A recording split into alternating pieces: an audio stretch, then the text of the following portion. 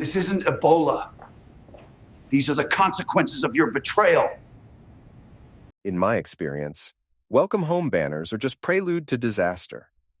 I should have known something was wrong when Tessa insisted on hanging one across our front porch like some suburban Martha Stewart wannabe. My wife, Dr. Tessa Ellery, infectious disease specialist and a parent expert in bringing home more than just medical knowledge from her 3-month humanitarian mission in West Africa. I'm Nick Ellery, 41 years old, ex-Marine turned hospital IT security chief. I fix computers, monitor camera feeds, and occasionally chase down idiots who think stealing medical equipment is a brilliant career move. It's honest work that pays the bills and keeps me close enough to Riverside General to grab lunch with my wife between her saving lives and my preventing digital catastrophes. Or at least, that's how things used to work. The banner fluttered in the October wind as I pulled into our driveway, groceries for Tessa's welcome home dinner weighing down my arms. Maddie, our 15-year-old daughter, had inherited her mother's sharp tongue and my suspicious nature. She stood in the doorway, arms crossed. "Dad, Mom looks terrible, like really terrible. She just spent 3 months in rural Guinea treating Ebola patients, kiddo. Cut her some slack." Will, our 13-year-old son, appeared behind his sister clutching his Nintendo Switch like a security blanket. "She's been throwing up all morning, and she keeps checking her phone every 5 seconds. Kids notice everything. It's both blessing and curse." I found Tessa in our bedroom, sitting on the edge of our king-size bed with her head in her hands. Even sick, she was beautiful. Auburn hair pulled back in a messy bun, green eyes that could stop traffic, and the kind of smile that had convinced me to propose after 6 months of dating. Today, though, she looked like she'd been hit by a medical textbook. "Hey, gorgeous, rough flight?" She looked up, and for just a second, I saw something in her eyes I'd never seen before. Fear? Guilt? Before I could process it, she was in my arms, sobbing against my chest. "Nick, I need to tell you something. I think I might have been exposed to something in Guinea. I'm having symptoms." A chill ran through me. Ebola, Marburg, a dozen other hemorrhagic fevers that could end you in days. "What kind of symptoms?" "Fever, nausea, fatigue, and..." She pulled back, unable to meet my eyes. "Some other things. I need to go to the hospital. Tonight." I called in every favor I had to get Tessa seen immediately at Riverside General. Dr. Patricia Hendricks, head of emergency medicine and one of Tessa's closest colleagues, took charge personally. Within an hour, Tessa was in isolation while they ran a battery of tests. "Nick, try not to panic," Dr. Hendricks said, finding me pacing in the family waiting area. "Her symptoms could be anything. Stress, exhaustion, a simple virus. But doctors don't isolate patients for simple viruses." I spent the night in that waiting room drinking terrible coffee and watching CNN repeat the same stories. Maddie and Will stayed with my sister, probably wondering if their mother was going to die from some exotic African disease.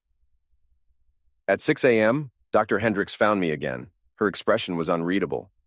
"Nick, we need to talk. Privately." She led me to a small consultation room that smelled like disinfectant and broken dreams.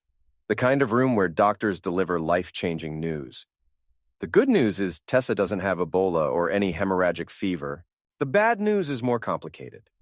How complicated? She has chlamydia and gonorrhea. The words hit me like a physical blow. For a moment, I couldn't process what she'd said. Then reality crashed down like a building collapse. "That's impossible. We've been faithful. I've been faithful." Dr. Hendricks' expression was professionally sympathetic. "Nick, I'm sorry. The tests are definitive. These infections were transmitted through intimate contact. My wife of 16 years, mother of my children, had cheated on me. While supposedly saving lives in Africa, she'd been busy destroying our marriage. How long has she had them? Based on the progression, I'd say she was infected within the last 2 to 3 months, right around the time she left for Guinea, or maybe after she got there. Heck, maybe she never even made it to Guinea." I sat in that sterile room for 20 minutes, staring at the motivational poster on the wall. Every day is a new beginning. What a load of crap. When I finally stood up, I felt different, older, angrier, like someone had reached into my chest and rearranged my organs. I needed answers, and I knew exactly who to call. Mason Greeley looked exactly like what he was, an ex-cop turned private investigator who'd seen too much and drank too little coffee to care about social niceties. His office above Murphy's Tavern smelled like cigarettes and disappointment. But he had a reputation for finding truth in places most people were afraid to look. "So, your wife brought back more than malaria medication from her African adventure," Mason said, lighting his 4th cigarette since I'd started talking. You want me to find out who, what, when, and where. I want to know everything, every detail, every lie. That's going to cost you. Truth usually does. I slid an envelope across his desk. There's 5,000. Find me the truth, and there's 5,000 more. Mason opened the envelope, counted the bills, and smiled. Nick, my friend, you just bought yourself a front row seat to the crap show. While Mason started his investigation, I had to figure out how to handle things at home.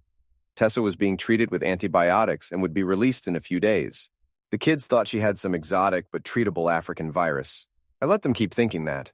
The hardest part was pretending everything was normal. I went to work, monitored security cameras, and fixed network problems while my marriage imploded in slow motion.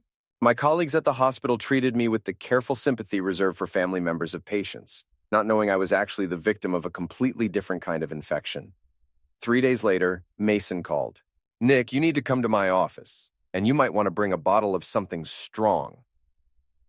I found Mason surrounded by photographs, computer printouts, and what looked like surveillance equipment. His expression was grim. Your wife never made it to Guinea. What do you mean? I mean, Dr. Tessa Ellery spent exactly 0 days treating Ebola patients in West Africa. She spent 3 months in Portland, Oregon, shacked up with Dr. Owen Grant from the cardiology department. Owen Grant. I knew him. Arrogant, handsome, married with 2 kids. The kind of doctor who wore expensive suits and drove a BMW like it was a medical device. How do you know? Mason slid a stack of photographs across his desk. Hotel receipts, restaurant bills, and pictures that made my stomach turn. Tessa and Owen in restaurants, holding hands across candlelit tables. Tessa and Owen entering hotel rooms. Tessa and Owen doing things that definitely weren't covered by her medical license. There's more, Mason said. Your wife wasn't just having an affair. She was part of something bigger. He showed me printouts of text messages, social media posts, and financial records. Tessa had been involved with a group of medical professionals who organized what they called continuing education retreats. In reality, they were elaborate love parties for doctors, nurses, and other hospital staff.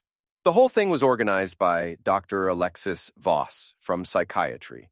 She's been running these parties for 2 years, targeting married professionals looking for excitement. Your wife got recruited about 4 months ago. Dr. Alexis Voss. I knew her too, mid-30s, blonde, with the kind of predatory smile that made smart men do stupid things. She specialized in relationship counseling and had a private practice that catered to Riverside's medical elite. So Tessa didn't just cheat. She joined a cheating club. Gets better or worse, depending on your perspective. The group keeps detailed records. Photos, videos, financial arrangements, insurance, you might say. Mason handed me a flash drive. Everything's on there. Names, dates, locations, financial records. Your wife's been paying membership fees and participating in what they call professional development activities for months. I stared at the flash drive like it was a venomous snake. How many people are involved? 43 medical professionals from 5 different hospitals, including some names that would make front-page news if this got out. I pocketed the drive and stood up. Mason, you've earned your bonus. What are you going to do? I'm going to diagnose the problem and prescribe the appropriate treatment. That evening, I sat in my home office while Tessa slept off her antibiotics upstairs, and the kids watched Netflix in the living room.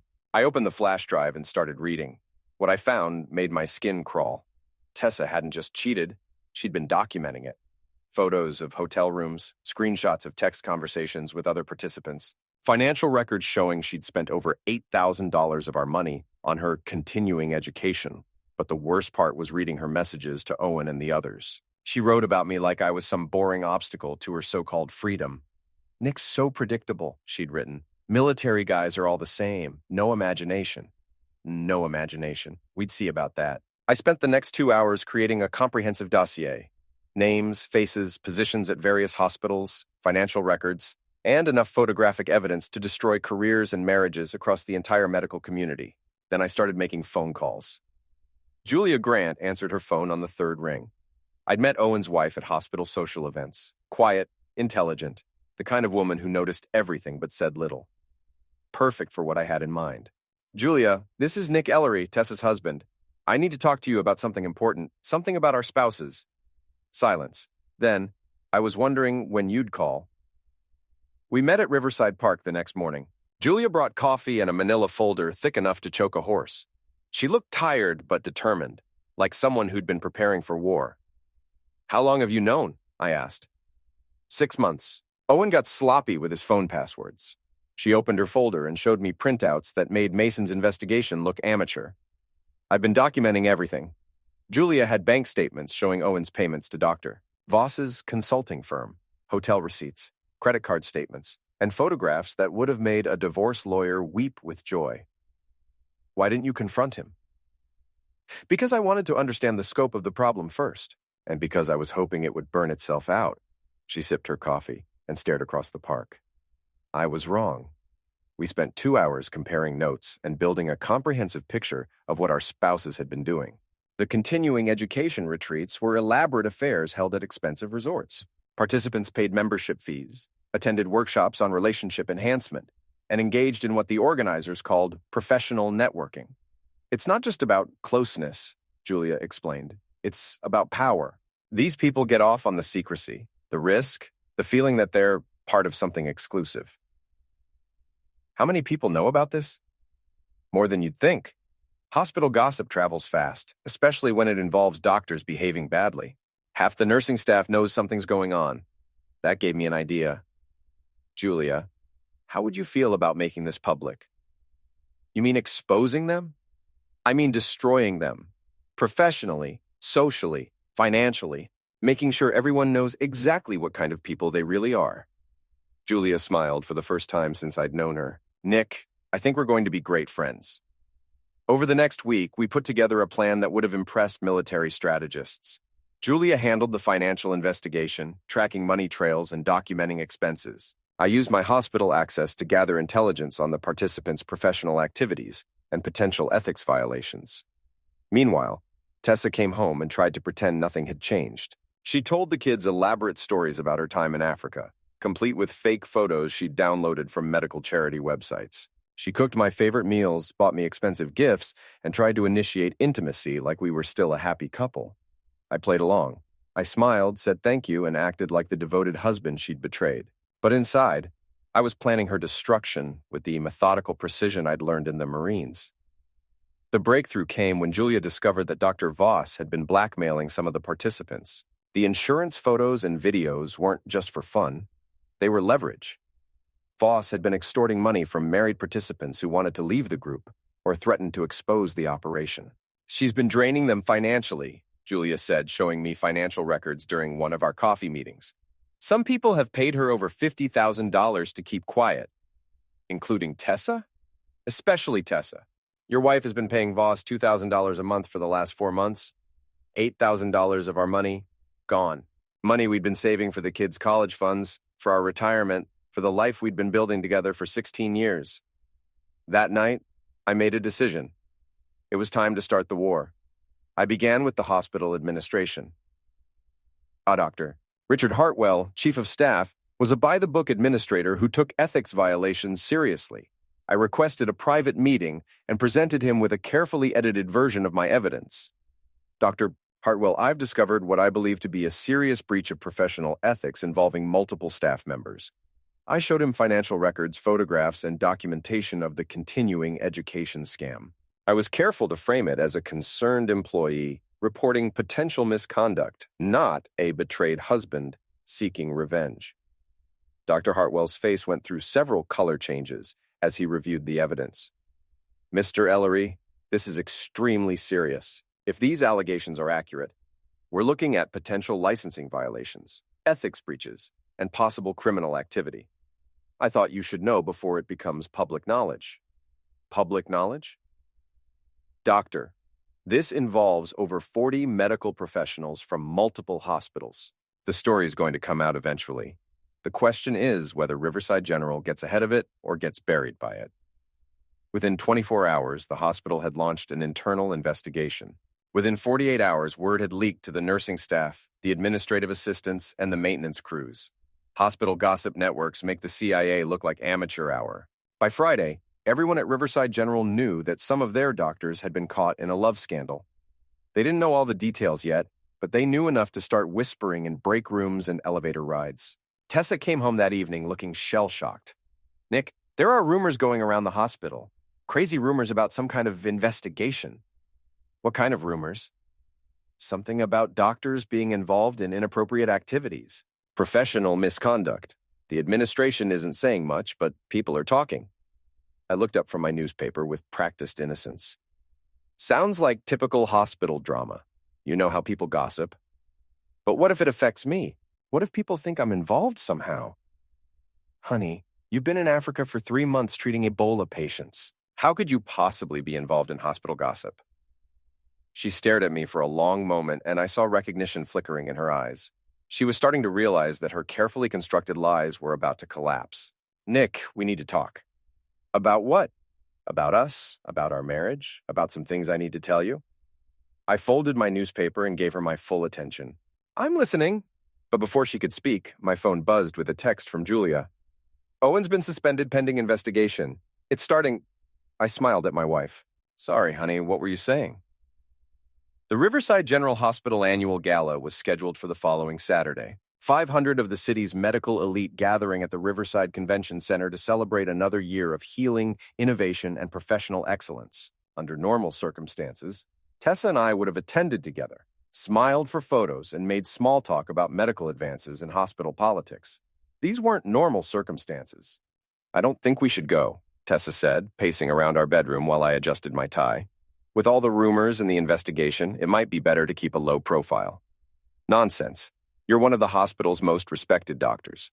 Hiding would just make people think you have something to be ashamed of. The truth was, I wanted her there. I wanted all of them there. Because tonight was going to be the night everything came out. Julia and I had spent the week preparing. We'd leaked carefully selected information to key hospital staff members, ensuring that rumors would be flying by the time the gala started. We'd also prepared a special presentation that would be hard to ignore. The convention center was decorated in Riverside General's colors blue and silver streamers, elegant table settings, and a stage where Dr. Hartwell would deliver his annual address. I spotted Owen Grant immediately. He looked nervous, constantly checking his phone and avoiding eye contact with other attendees. Dr. Alexis Voss was harder to find, but I eventually spotted her at the bar, surrounded by a small group of participants from her continuing education program. They were huddled together, like conspirators, which, I suppose, they were. Nick, Doctor. Patricia Hendricks approached with a warm smile. Good to see you here. How's Tessa adjusting to being back? She's doing well, still recovering from her African adventure. Dr. Hendricks's smile faltered slightly. Yes, well, I'm sure the transition has been challenging. Interesting. Word was spreading faster than I'd anticipated. I made my way through the crowd, shaking hands and making small talk while keeping track of the key players. Tessa was across the room, talking animatedly with a group of nurses who looked distinctly uncomfortable. Owen was still by himself, nursing what looked like his 4th drink of the evening. At 8 o'clock, Dr. Hartwell took the stage to deliver his annual address. He talked about medical excellence, professional integrity, and the importance of maintaining public trust in healthcare institutions. The irony was thick enough to cut with a scalpel. This year has brought challenges and opportunities, Dr. Hartwell said, his voice carrying across the crowded ballroom. We've been reminded that our profession demands the highest standards of ethical conduct, both in our medical practice and in our personal lives. Murmurs rippled through the audience. Everyone knew something was coming.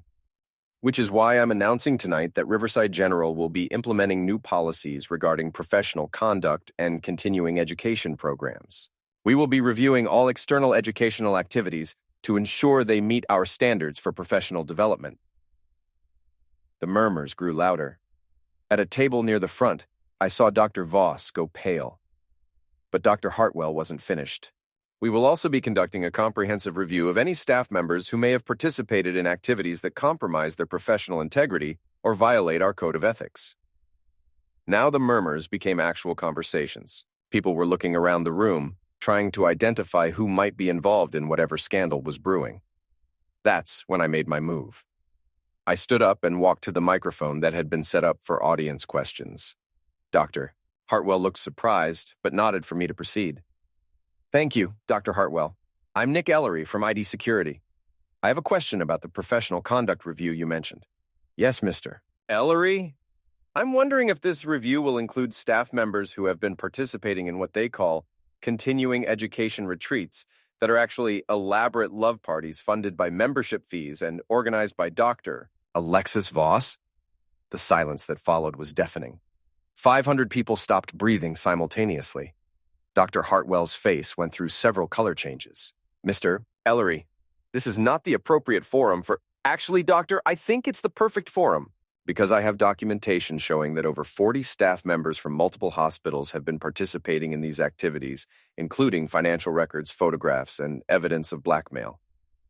The room erupted. People were standing, shouting questions, pulling out phones to record what was happening.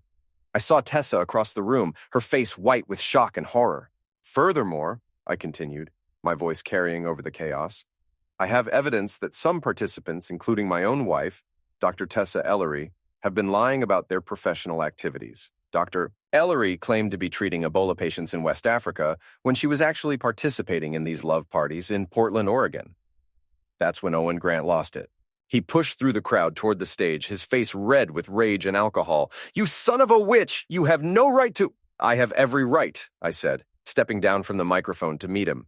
I have the right to expose liars, cheaters, and blackmailers. I have the right to protect my children from parents who think marriage vows are just suggestions.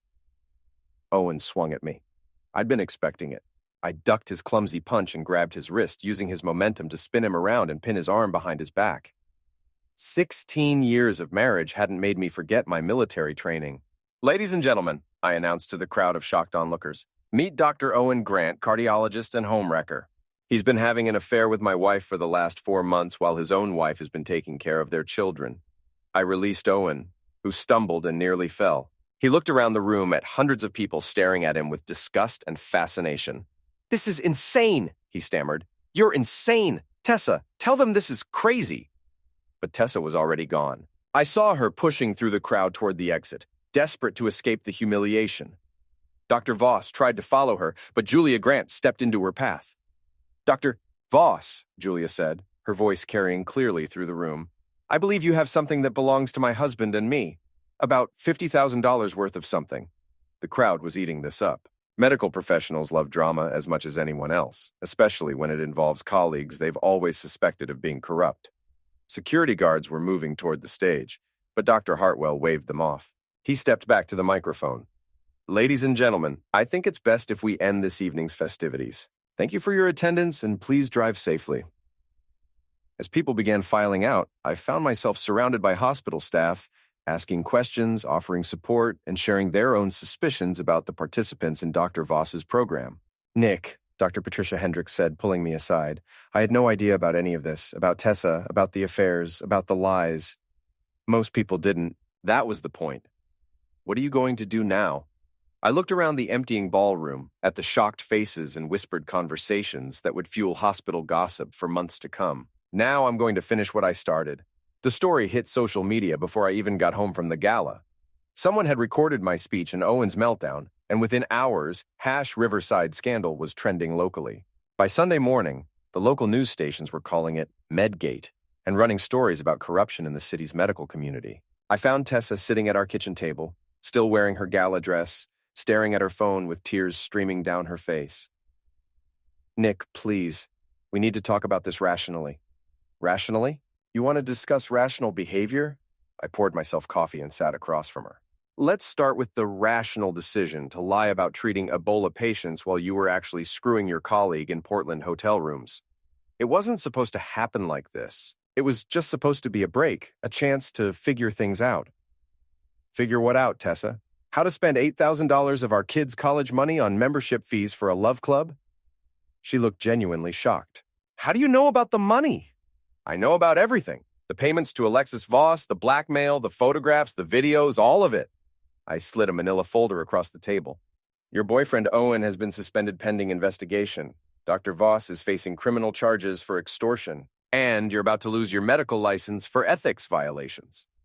Tessa opened the folder and saw copies of all the evidence I'd gathered. Financial records, photographs, text messages, hotel receipts. Her entire secret life laid out in black and white. You hired a private investigator? I hired a professional to find the truth, something you seem to have forgotten how to do. Nick, I know you're angry, but think about the kids. Think about our family. I am thinking about the kids. I'm thinking about how they deserve better than a mother who lies to their faces about saving African children while she's actually destroying her own family. That's when Maddie appeared in the kitchen doorway, still in her pajamas. Dad? Mom? What's going on? Why are there news vans outside? Tessa and I looked at each other. In all our planning for mutual destruction, we'd somehow forgotten that our children would be caught in the crossfire. Sit down, honey, I said. We need to explain some things. The next hour was the hardest of my life. Explaining to your 15-year-old daughter and 13-year-old son that their mother had been living a lie for months, that their parents' marriage was over, and that their family was about to become local news was not covered in any parenting manual I'd ever read. Maddie took it better than Will. She'd inherited enough of my suspicious nature to have sensed something was wrong. Will just sat there, clutching his Nintendo Switch, trying to process information that would have challenged adults. So Mom didn't really help sick people in Africa? Will asked. No, buddy, she didn't. And you and Mom are getting divorced? Yes. And everyone's going to know about it because it's on the news? Probably. Will nodded slowly. This sucks. Yeah, it really does. Tessa tried to explain herself, to justify her actions, to minimize the damage. But the kids weren't stupid. They understood betrayal, even if they didn't understand the adult complications that had led to it. By Monday morning, the story had exploded beyond local news. Medical ethics scandals involving love parties and blackmail were apparently irresistible to national media outlets. CNN ran a segment about professional misconduct in healthcare. Fox News called it medical malpractice of the heart. The hospital was fielding calls from reporters across the country. I took a week off work to deal with lawyers, reporters, and the general chaos that comes with accidentally becoming the center of a national news story. My phone rang constantly with interview requests, book deal offers, and calls from other betrayed spouses who wanted advice on exposing cheating partners. The legal proceedings moved faster than I'd expected. Tessa hired an expensive divorce attorney who specialized in high-profile cases, but the evidence against her was overwhelming. Julia and I had documented everything so thoroughly that there was no room for denial or negotiation. Mr. Ellery, my attorney Lisa Chang explained during one of our meetings, your wife's legal team is trying to argue that the evidence was obtained illegally. They're claiming invasion of privacy. Everything we found was either public record or provided by willing participants. Nothing was hacked, stolen, or obtained through illegal surveillance. That's what I told them. They're also trying to argue that exposing the affair publicly constitutes emotional distress and defamation. She defamed herself by lying about treating Ebola patients. I just provided photographic evidence that she was lying. The custody battle was more complicated. Tessa's lawyers argued that despite her personal failings, she was still a competent mother who deserved joint custody. My lawyers argued that someone who could lie to her children's faces for months about her professional activities couldn't be trusted with their emotional well-being. The kids made the decision easier by refusing to stay at Tessa's apartment. Maddie was old enough to choose where she wanted to live, and Will followed his sister's lead. They were angry, hurt, and felt betrayed by their mother's lies. I don't want to see her, Maddie told the family court counselor. She lied to us about everything. How do we know she won't lie about other things? Meanwhile, the professional consequences were piling up. Dr. Voss was arrested on extortion charges. Owen Grant was fired from his position and faced medical board hearings that would likely end his career. Tessa was suspended pending investigation and faced similar professional consequences. The continuing education scandal had exposed corruption at multiple hospitals. Medical boards across the state were reviewing the licenses of everyone involved. Several participants had already resigned rather than face professional discipline. But I wasn't finished yet. 3 months after the gala, I was sitting in my lawyer's office reviewing the final divorce settlement when Lisa Chang handed me an envelope that had been delivered by courier. It's from Tessa's attorney. She wants to meet with you privately. What for? She didn't say, but I suspect she's going to try one last manipulation to salvage something from this disaster. I found Tessa waiting at Riverside Park, the same place where Julia and I had first planned our campaign of mutual destruction. She looked terrible, thin, pale, and wearing clothes that suggested her financial situation had deteriorated significantly. Nick, thank you for coming. What do you want, Tessa? I want to apologize. Really apologize, not just lawyer speak. I want you to know that I understand what I did to you, to the kids, to our family. Okay, you're sorry. Is that it? I'm also scared. The medical board is going to revoke my license. I'll never practice medicine again. I've lost everything. My career, my family, my reputation. I have nothing left. I studied her face, looking for signs of manipulation or deception, but she just looked broken. You made your choices, Tessa. Actions have consequences. I know, but I need you to know that I never meant for it to go this far. It started as just excitement, something different. Alexis made it seem sophisticated, like we were exploring personal growth through adultery and lying to your children. I know how it sounds. I know how it looks. But I was drowning, Nick. I felt trapped in our routine, in our life. I felt invisible. So you decided to become visible by joining a love club and lying about treating dying children in Africa. She flinched. When you put it like that, it sounds monstrous. It was monstrous. We sat in silence for several minutes, watching joggers and dog walkers enjoy the spring afternoon. Normal people living normal lives without scandal and betrayal. What happens now? She asked. Now you live with the consequences of your choices. You find a new career, maybe in a different city where people don't know your story. You try to rebuild some kind of relationship with your children if they'll let you. And you learn to live with the fact that you destroyed a 16-year marriage for a few months of excitement. And you? What happens to you? I thought about that question. What did happen to me now? The revenge was complete. Tessa had lost her career, her reputation, and her family. Owen Grant was facing similar consequences. Dr. Voss was facing criminal charges. Everyone involved in the scandal had been exposed and punished. But revenge, I was discovering, was like surgery. It could remove the diseased tissue, but it couldn't heal the underlying wound. I'm going to focus on raising our kids and helping them understand that their mother's choices don't reflect on them. I'm going to continue my career and maybe write a book about this whole experience. And eventually, I'm going to try to find someone who understands that marriage vows actually mean something. Tessa started crying. I loved you, Nick. I really did love you. Maybe you did. But love without respect, without honesty, without commitment, isn't really love. It's just convenience with emotions attached. I stood up to leave, then turned back. Tessa, I want you to know that I don't hate you. I'm not even angry anymore. I'm just disappointed. You had everything. A career you loved, children who adored you, a husband who would have done anything for you. And you threw it all away for something that wasn't even real. It felt real at the time. That's the problem. You confused feeling with reality. You confused excitement with happiness. You confused secrecy with sophistication. And now you get to live with the reality of those confusions. I walked away from her sitting alone on that park bench, crying over the wreckage of a life she destroyed through her own choices.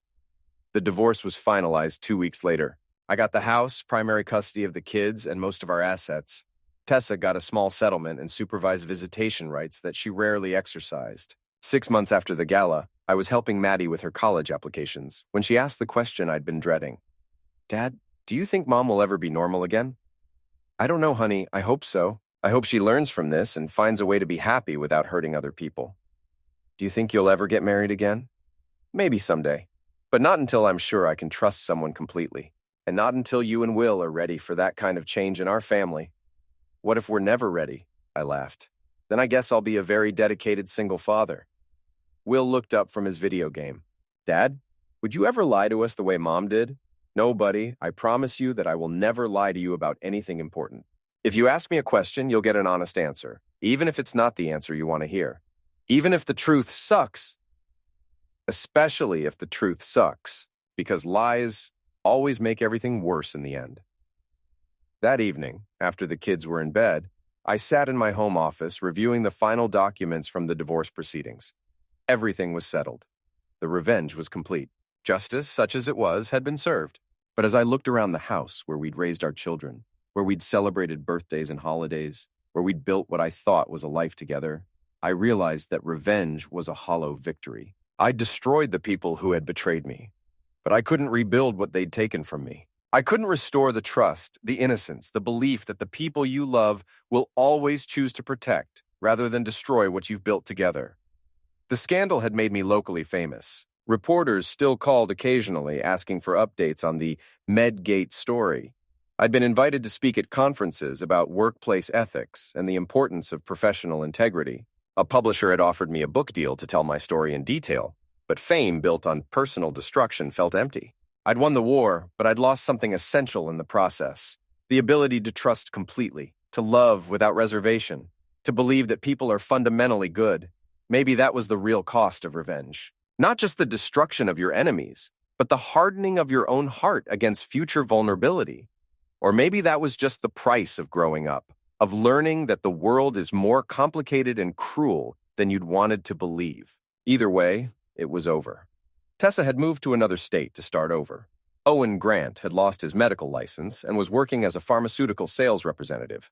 Dr. Voss was serving 18 months in federal prison for extortion and mail fraud. The kids were doing well in therapy, learning to process their anger and disappointment in healthy ways. Maddie had been accepted to 3 colleges and was planning to study journalism. Will had joined the robotics club at school and was talking about becoming an engineer. Life was moving forward, as life always does, carrying the scars, but not the open wounds of betrayal and revenge.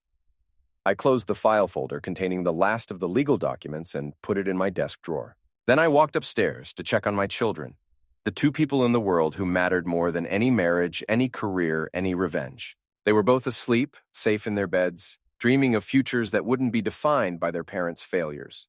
That was enough. That was everything.